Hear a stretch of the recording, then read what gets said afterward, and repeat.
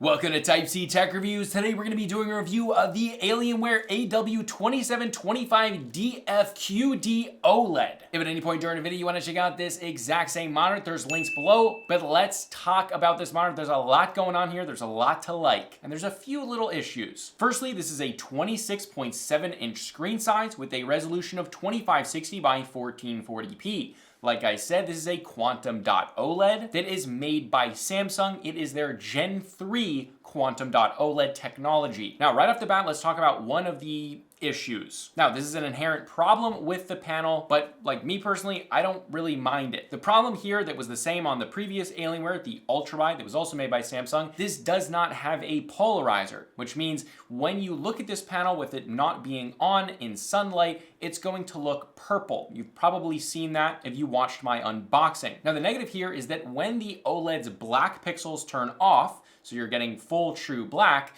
light hits that without a polarizer and it increases visually to your eyes the contrast ratio. Even though if you're thinking about, well, the pixels off, the other pixels are on, then which means the contrast ratio should be infinite, the visual contrast ratio is increased, so it looks more like an IPS, although I wouldn't say it goes quite that far.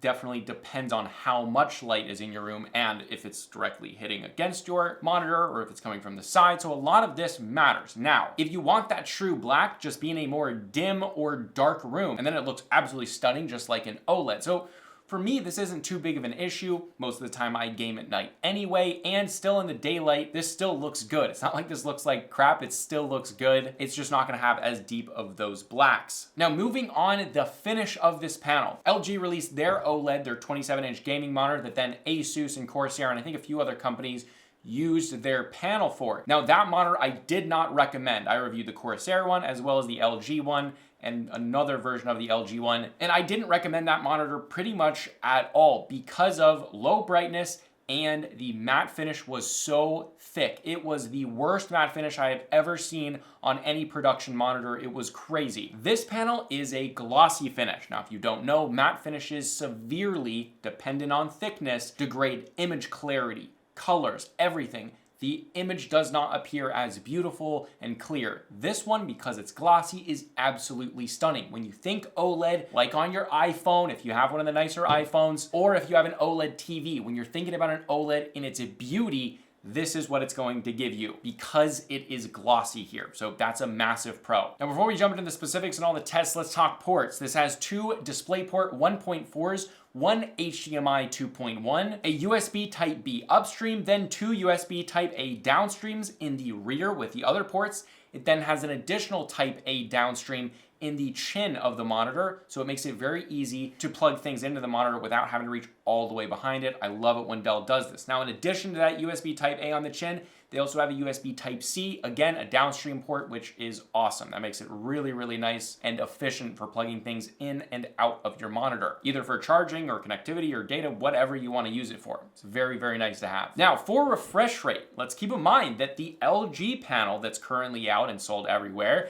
is 240 hertz. This one is 360 hertz, and the price difference is not basically anything. That's 120 hertz more than LG's. For variable refresh rate, this has FreeSync Premium Pro, which means you can have variable refresh rate on with HDR, which is very important for this monitor because that's how a lot of times you're gonna wanna use this monitor. Now, for G-Sync, no problems there. It works flawlessly. Now, let's talk brightness. This is always one of the biggest discussions with OLEDs. The LG panel was too dim. They had a firmware update. It brought it up a little bit, but still too dim in my book. The brightness figures here are some of the best for any OLED, especially a gaming monitor OLED, but still not amazingly good as much as I would personally want if I could just spec out anything in the universe. Okay, so full screen brightness is around 280 nits of brightness, with the highlights going up to just about 500 nits of brightness. This is not in HDR, this is SDR. So those figures visually make this significantly brighter than the LG OLED. This is significantly better. This brings it up to a point where I was never like, it's too dim, except in one area, but we'll talk about that. But it never really seemed too dim. Even with a lot of light in the room, it was great. Would I want it brighter, closer to 400 nits full screen brightness? Absolutely. But for the point that we're in right now, this doesn't feel like the LG panel felt, which it felt like a budget monitor because of things like the brightness and the matte finish. This doesn't feel like it. You're spending a lot of money, and this feels like a premium experience with that brightness. So it doesn't detract from that, which is really, really good. Let's talk HDR performance though. In HDR, this can reach up to 1000 nits in the highlights. However, I found that when I enabled that HDR 1000 profile, it actually decreased the overall brightness pretty substantially. And so most of the time I was gonna be in the other HDR profiles, whether that's custom color, which I use, or just like the desktop, whatever. But I did find custom color to be the best one, but I would say most of you are probably not going to use that HDR 1000 profile just because it's significantly dimmer. The overall screen brightness is much dimmer. With those other HDR profiles, totally fine. It gets nice and bright. The highlights get really, really nice and bright, and it's quite a beautiful experience. Obviously, this has a very, very wide color gamut, so the colors here are absolutely amazing. This thing is a beautiful, beautiful monitor. Now, one last thing to mention is that the custom color, like the custom HDR setting, is really awesome to have because most monitors, when you're in HDR, you cannot change the color profile. You can't really change anything. That's pretty typical. This panel, because it has that setting, allows you to change a lot of the color settings and just modify it and tune it. Even if it's not color accurate, maybe it's not more color accurate, but it's how you like, I think that is a huge, huge pro, especially when a lot of companies do their standard HDR profiles pretty badly. This one obviously doesn't do it. It does it quite well, but that's a little bit nicer, especially if you're gonna be using HDR on your desktop. That's pretty nice. Now, with talking about colors, let's talk about it. Not perfect here. What is perfect is the color coverage. This covers 99.3% of the DCI-P3 color gamut, so this can absolutely be used for professional color accurate work. Now, as far as accuracy, so can you do color accurate work out of the box? Well, this actually wasn't perfectly calibrated out of the box. It wasn't wildly off, so using this for gaming or just normal usage, not professional work, it doesn't look off, none of the colors look strange, but it also wasn't perfectly calibrated like something I would want for color accurate work. Now, an interesting thing, and I'm not trying to throw shade here, but I saw Linus Tech Tips video on this monitor, and in that video, they state that this is the single best tested accuracy out of the box that they've ever seen. While on my panel, I tested it and like, it's good, it's decent, but it's not amazing,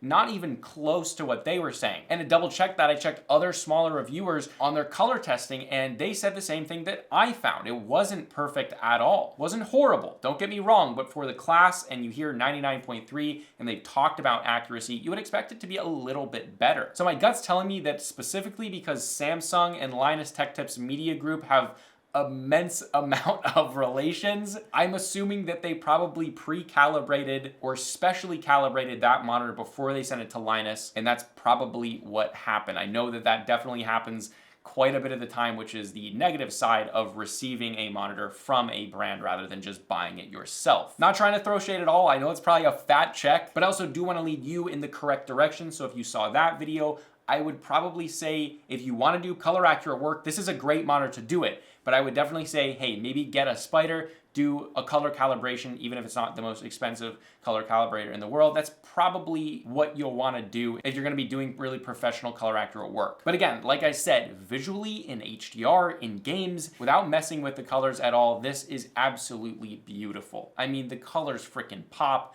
Reds specifically are absolutely so beautiful and saturated. It's really, truly an awesome experience. So if that's what you're going for, if you're going for a stunning, beautiful panel, this is not going to disappoint you at all. Okay, now let's talk about text fringing. This is an issue on the previous Quantum Dot OLEDs. So how is it here? Well, when compared to the Alienware Ultrawide, the Quantum Dot Ultrawide, this is significantly better here. They actually did a significant improvement. And do remember the PPI, the resolution to resolution here is exactly the same with that previous Ultrawide because this is essentially a 27-inch panel. So the text fringing should be basically exactly the same between these if we're just looking at resolution to resolution and screen size to screen size, but this one's significantly better. Now, I still saw some people complaining about the text fringing, but for me, this is basically a non-issue. It's definitely noticeable if you stare at it and look at it, but when I was doing a lot of writing, doing notes, working in Notion on that monitor, this was a non-issue. It didn't bother me at all. It didn't cause any eye strain. Obviously, this might be different from person to person, but for me, it was a really good experience, and I think it's a significant improvement over the previous generations of this panel. All right, now let's talk about ghosting. It is obviously phenomenal here. This is essentially completely crystal clear. If you look at a UFO test, it's just pretty wild to see it. But this is a disclaimer. This is a public service announcement that I've been pushing for quite a long time, and I do get pushback every now and then, but it seems like people are coming around and realizing this. Most of the biggest creators on this platform that are doing monitor reviews really push that the response time of an OLED is significantly better than things like IPS panels, which still dominate the pro gamer market with these like 500 hertz, 360 hertz monitors. And while on paper there is a huge benefit and OLEDs are far superior in terms of response time, the actual visual difference is splitting hairs. It's not quite as big as these reviewers make it seem. And I really want to push that because while this is better, yes, it's not something that I think most of you should make your buying decision on. If you're looking at a $500 monitor and you're looking at this one exclusively for ghosting and the other one's at high-end IPS panel, you're probably not going to notice that big of a difference between ghosting here. I would say a bigger difference would be refresh rate, 360 hertz versus 240, or 144 versus 240, or 360. So yeah, just keep that in mind, and remember that some of these things, while they're cool to talk about and really deep dive into the specification and all the little minute upgrades and updates, the real experience and value here is really the most important part, unless you're just crazy about tech, but you're not gonna be watching me, then you're gonna be watching Hardware Unboxed anyway. Now, stand and build quality. This is typical Alienware, which is a good thing. The design is very attractive and modern, and it looks like a very premium product. It has great adjustability with height, tilt, swivel, and full rotation both to the left and right. It's got good cable management, and really there's no issues at all here. This is a great stand. Basic compatibility is 100mm by 100mm, so it's very easy to mount. And for a quirk, this does have RGB. It has it on the power button, which is nice. You can customize it to different colors through the OSD, so you don't need to download a software. And then you have the 27 on the rear, and then an Alienware logo on the other side. Now, this is actually bright enough to hit the wall and do a little bit of a glowing action, but the negative to that is if you do it in that format, the glow against the wall will be inconsistent because the 27 is bigger than the Alienware logo. So I do think this was more designed if you have a monitor that will be facing some part of the room that you'll be able to see the back of your monitor. But if you're just doing it against the wall, I would just turn the RGB off because it makes this inconsistent glow that just doesn't look great. Now, the most important section of the video, price and value, and is this worth it? Should you buy it? Well, coming in at a price tag of $895.49, this is not a cheap monitor, but it is a very good monitor for the price. The value here is immense. And honestly, to get this over with, it's 100% worth it. And if you want what this monitor is giving, I 100% recommend it. I also 100% recommend this over any of those LG panels, whether that's coming from Asus, Corsair, or LG. No hate to those brands. I love those brands. But this is just a superior panel objectively across the board. For basically the same price, you have 360 hertz instead of 240. You have a glossy panel, which objectively gives a better picture to the image. It's higher brightness, it has a wider color gamut, it's way more beautiful. In no world would I ever buy any of those LG OLEDs over this one. This is far superior, and honestly, in the industry for a 27-inch OLED gaming monitor, this is the best that you can buy right now. Again, if you want to check it out, there are links below, but this is Type C Tech Review, and I'll see you guys in the next video.